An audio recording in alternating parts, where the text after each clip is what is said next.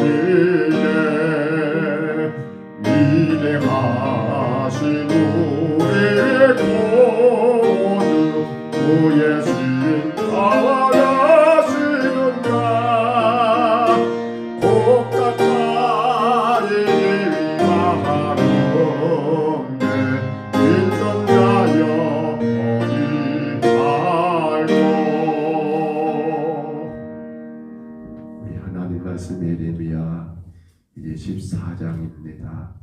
1절로 6절까지 말씀입니다. 구약성경 예레미야 14장의 말씀 1절부터 6절입니다.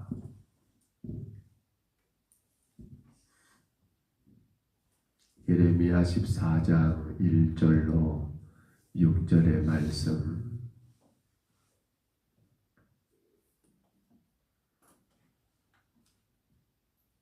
예레미야 14장 1절부터 우리 6절까지 말씀, 이 말씀 우리 같이 봤습니다.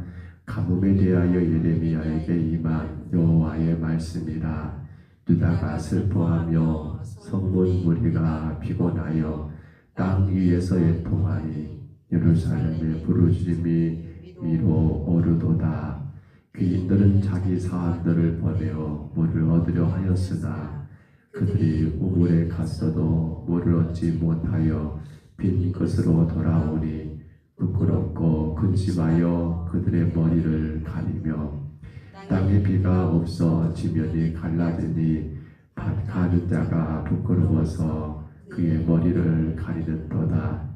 들에 암사 숨은 새끼를 낳아도 풀이 없으므로 내버리며 들나귀들은 벗은 산 위에 서서 승냥이같이 헐떡이며 풀이 없으므로 눈이 흐려지는도다. 아멘. 예레미야의 설교입니다.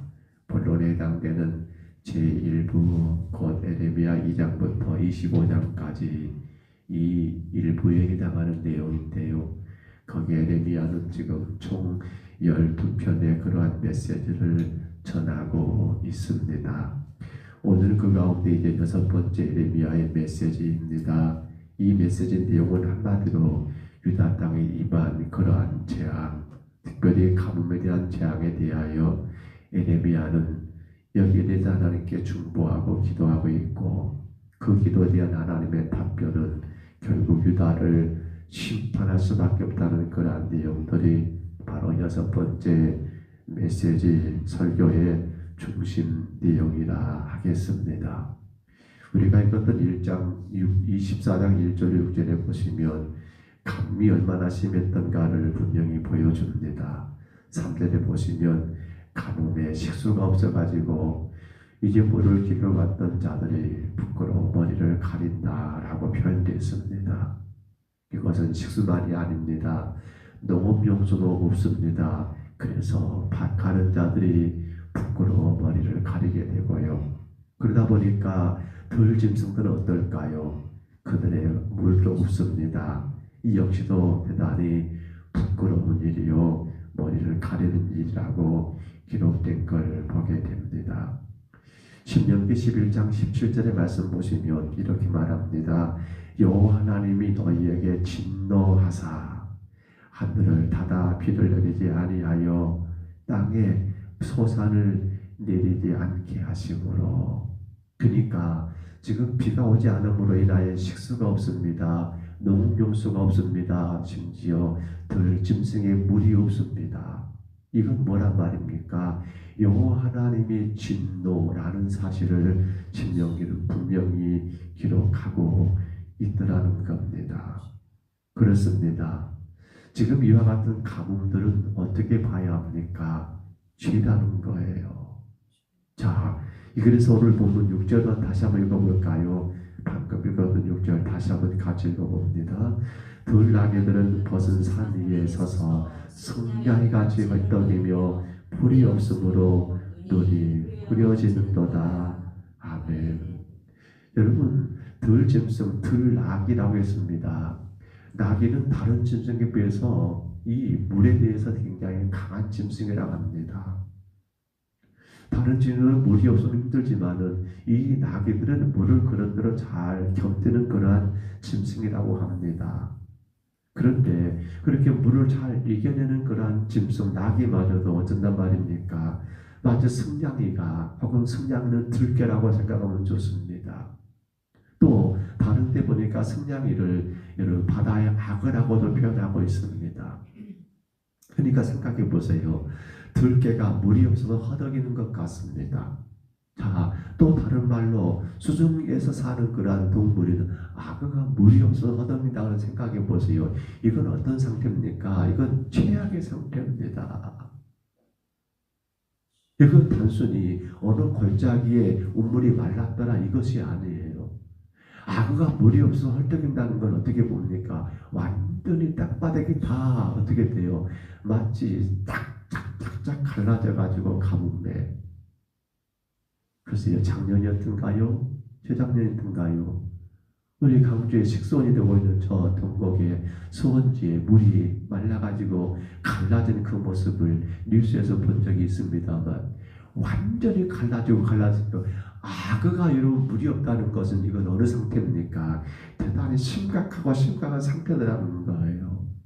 그런데 사실은 이와 같은 가뭄에 대하여 이미 에레미야는 하나님은 에레미야를 통해서 여러분 예언했던 내용들이에요. 에레미야 11장 22절을 참고해 보시면 거기도 나와요. 내가 그들에게 벌하리니 청년들은 칼에 죽고 자녀들은 기근에 죽고 이미 그렇게 하나님이 예언하신 사건들이에요. 또한 그런가 하면 에레미야 12장 여러분 4절에서도 그렇게 기록된 말씀 봅니다. 하나님께서 보내신 가뭄의 재앙으로 말미암아 혹은 농작물이 혹은 짐승의 채들까지 멸절의 위기에 처할 것을 이미 호소한 바 있더라는 사실입니다. 그렇기 때문에 가뭄은 자연재앙이야. 맞아요. 가뭄은 자연적인 재앙 맞습니다만 근데 이것이 단순하게 자연적인 재해로 끝날 문제가 아니라 어디에 결부된단 말입니까? 유다 민족의 죄에 결부되더라는 사실입니다. 바로 죄의 문제를 깨닫게 되더라는 사실입니다. 이건 죄라는 사실입니다. 죄로 본다는 사실이에요. 그렇습니다. 지금 유다는 그 죄로 인하여 단순히 마실 물이 없는 것이 문제가 아니라 영적인 그 갈증을 느끼고 있더라는 거예요. 그럼에도 불구하고 그들은 그 영적 갈증을 어디서 해소하려고 합니까? 여타 다양한 그런 잡다한 종교들, 우상들을 통해서 그걸 해소하려고 이렇게 저렇게 해보지만 거기에 답이 있습니까? 세상도 마찬가지입니다. 오늘 우리가 살고 있는 이 시대도 영적인 갈증이 없는 건 아니에요. 사람들에게. 예수 그리스도를 영접하지 않은 모든 사람들에게는 영적 갈증을 느낄 수밖에 없어요. 왜냐하면 해결이 안 되거든요. 당신의 삶의 그 답답함을 해소를 못해요. 그러니까 이런저런 걸 찾아가서 혹은 거기서 물어보고 알아보고 점을 치고 구슬하고 혹은 그 해소해 보려고 그래 돈이 많으면 해소될 거야 물질에 빠지게 되고 그래 육체적인 그 즐거움으로 그 영적인 갈증을 해소하려고 하지만은 근데 그것은 해소가 됩니까? 아니요. 오히려 더 큰 영적 갈증을 느끼게 되는 그러한 시대가 지금 우리가 살고 있는 이 마지막 때 모습이 아닙니까? 여러분 오늘 예레미야는 유다 백성들에게 이와 같은 것들을 지금 메시지를 전한 이유가 무엇 때문입니까? 예레미야는 그들에게 뭘 지금 제공하고 있습니까? 여러분들의 영적 갈증은 여러분들이 원하고 바라는 그 어떤 것으로 되어지지 않습니다. 오직 여러분들은 하나님만으로만 그 모든 게 해결됩니다라는 것을 지금 예레미야는 선포하고 있지 않습니까? 오늘 하나님이 우리에게 이 말씀을 주실까요? 마찬가지입니다. 이 마지막 때의 영적 갈증을 느끼는 수많은 생명들에게 교회된 우리가 해야 하는 무슨 일입니까? 우리 영혼의 갈증을 해결해 주는 예수 그리스도를 증거하는 것 말고는 그들의 영적 갈증을 해소할 수가 없더라는 거예요. 우리는 사마리아 수가성의 여인을 이미 알고 있습니다. 그 여인도 영적인 갈증이 얼마나 컸을까요? 그래서 그는 많은 남편을 도와봤습니다만 근데 그것으로 그 갈증은 해소가 되지 않았습니다. 어느 날 대낮에 물기를 놨던 그 여인, 그분은 단순히 그 여인의 여러분 식수가 아닙니다. 살에 필요한 생활 용수가 아닙니다. 그분은 어떤 분입니까? 바로 생명수를 그 여인은 갈급했다라는 것입니다. 때마침 주님은 거기서 그 여인을 만나 주셨지요. 그리고 여인에게 말합니다. 내가 주는 물을 마시게 되면 뭐라고 합니까? 너는 영원히 목마르지 아니하겠다라고 선언해 버리십니다. 여인은 그때 깜짝 놀랍니다. 어디에 그물이 있을까? 어디에 그물이 있을까? 지금껏 그렇게 영적 갈증을 해소하려고 이런 방법 저런 방법 다 써봤지만은 어찌 못하는 그 여인, 그런데 바로 예수 그리스도가 그 여인의 생명수라는 사실을 알게 되었을 때 그녀는 삶이 완전히 달라지지 않습니까? 와보라, 네가 그리스도가 아니냐? 이가 바로 우리의 생명수라고 그렇게 동네방네 해줄 수 있었던 이유는 여인이 생명수, 영적 갈증을 해소하는 길을 알았기 때문이 아닙니까? 이제 말씀을 정리합니다. 사랑하는 성도 여러분, 우리는 세상 가운데 여전히 갈증을 느끼는 삶을 살고 있는 자들에게 이 귀한 생명수를 제공해야 하지 않을까요? 그러나 저는 이런 염려가 듭니다. 오늘 교회 안에 있는 성도들마저도 혹여라도 그 갈증에 허덕인 자들이 있을까 대단히 큰 염려가 듭니다. 민노하지만 그러나 주님께 온전히 그 인생을 맡기지 못한 채 여전히 세상 가운데서 기쁨을, 여전히 세상 속에서 만족을 추구하고 있다 한다면 과연 그들에게 예수는 생명수가 맞을까요? 오늘 저와 여러분이 먼저 점검해 봐야 합니다. 내게 예수 그리스도가 생명수 맞습니까? 나를 죄 가운데 구원하시고 나를 하나님의 거룩한 자녀로 세우신 구원의 주님이 맞습니까? 그렇다면 우리에게는 뭐가 바로 그 생명수를 여러분 배달해 줘야 하지 않겠습니까? 그 생명수를 저들에게 공급해 줘야 하지 않겠습니까? 왜요? 사마리아 수가성 여인을 다시 한번 생각해 보세요. 생명수를 마시게 되니까 여인은 달라져 버립니다. 가만히 있을 수가 없습니다. 자신의 입장, 처지, 환경이 중요하지 않습니다. 부끄러움도 사라져 버립니다. 오로지 한 가지, 내 영적 갈증을 해결해 주신 그 예수 그리스도, 그 생명수가 얼마나 귀한 줄을 알기 때문에 동네방네 떠들고 다닐 수밖에 없었더라는 사실입니다. 오늘 교회가 잠잠하다는 건 뭔 말입니까? 오늘 성도들이 입을 침묵한단 말은 무슨 말입니까? 자꾸 생명수를 마시지 못해서가 아닌가 염려가 돼요. 사랑하는 성도 여러분, 우리는 예수님으로 인하여 죄에서 구원받아 거룩한 하나님의 자녀가 되었습니다. 오늘 저와 여러분은 그 생명수를 마시고 있습니다.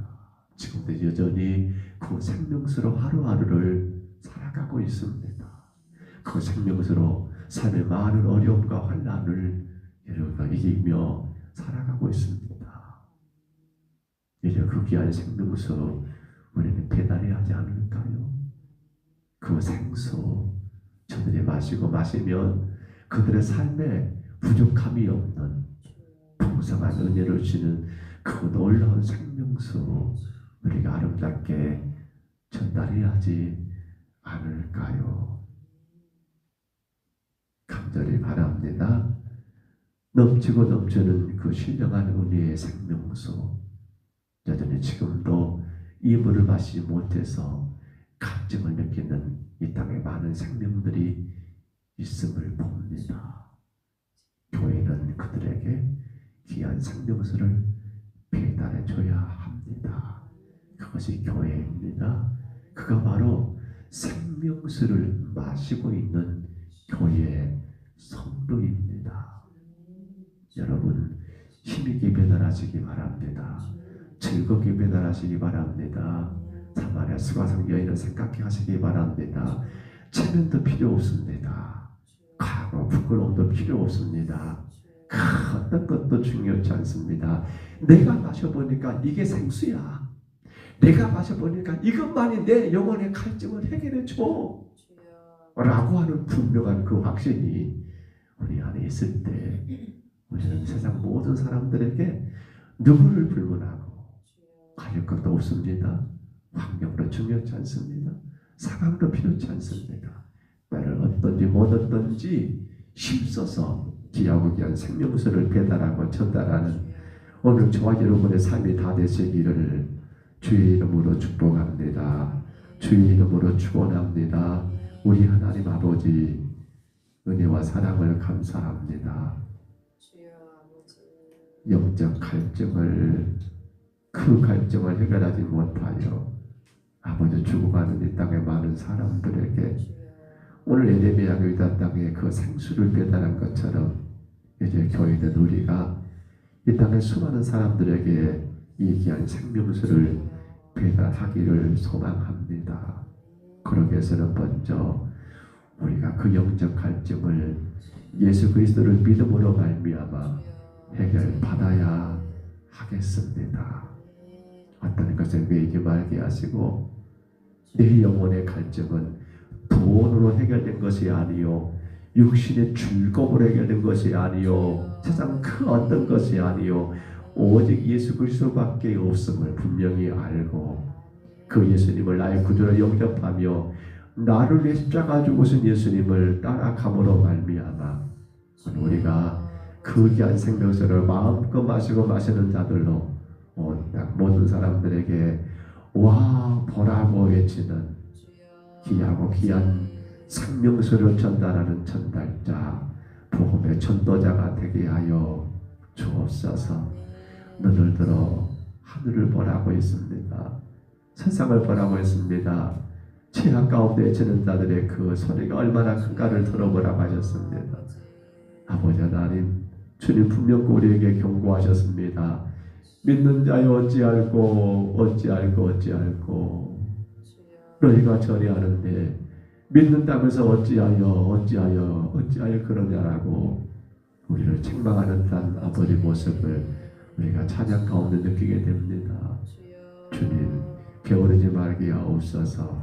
힘써서 생명수를 전달하는 우리 평동성교회가 되게 하시고 우리 모든 예배자들 되게 하옵소서. 주 앞에 겸손히 엎드렸습니다. 우리의 간구한 기도 들어주시되 주님 뜻만 이루어지게 하시고 오직 주의 은혜 가운데 승리하게 도와 주옵소서. 인도하심을 감사하고 예수님 이름으로 간절히 기도하옵나이다. 아멘.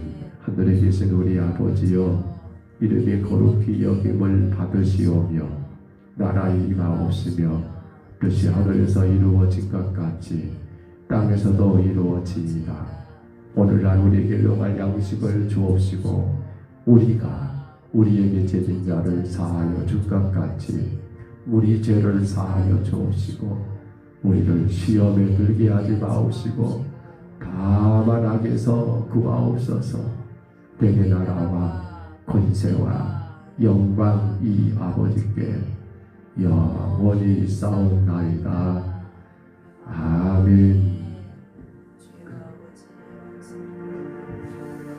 우리 아침에 간절히 기도합니다. 주여 이 귀한 생명수 내가 힘있게 배달하겠습니다. 내가 날마다 이 생명수로 내 삶의 환경과 상황을 이기며 내 모든 문제를 이 생명수로 다 이김으로 말미암아 마셔보니까 너무나 맛이 좋아. 마셔보니까 내 영혼의 갈증이 해소가 돼. 이 귀한 생명수 주여 제가 힘차게 배달하겠습니다. 우리 아침에 간절히 다짐하고 작정하며 간절히 기도하십시다. 이를 위하여 돌아오는 주일 오후 예배는 전도및 돌봄 예배입니다. 각 구역마다 태신자들을 찾아가 생명수를 전달해야 합니다. 쓸데없는 생수가 아니라 생명수여야 합니다. 예수 그리스도여야 합니다. 내가 마셔본 생명수를 전달해야 합니다. 온 성도들이 구역에서 태신자들을 향하여 귀하고 귀한 생명수를 잘 전달할 수 있도록 위하여 우리 아침에 간절히 기도하시고요. 이제 이로 인하여 이달 마지막 주 28일입니다. 새 생명을 초청해야 합니다.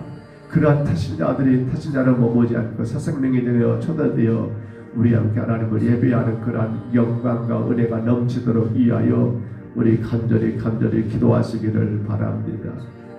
하나님, 우리 평경성북교회가 이 생명수로 영적 갈증을 해소하는 교회가 되어서 모든 성도들이 허락된 모든 것을 감사하고 삶이 여전히 힘들고 어렵지만 그 생명수로 인하여서 넉넉히 이기며 승리하는 건강한 교회가 되기를 위하여 간절히 기도하십시다.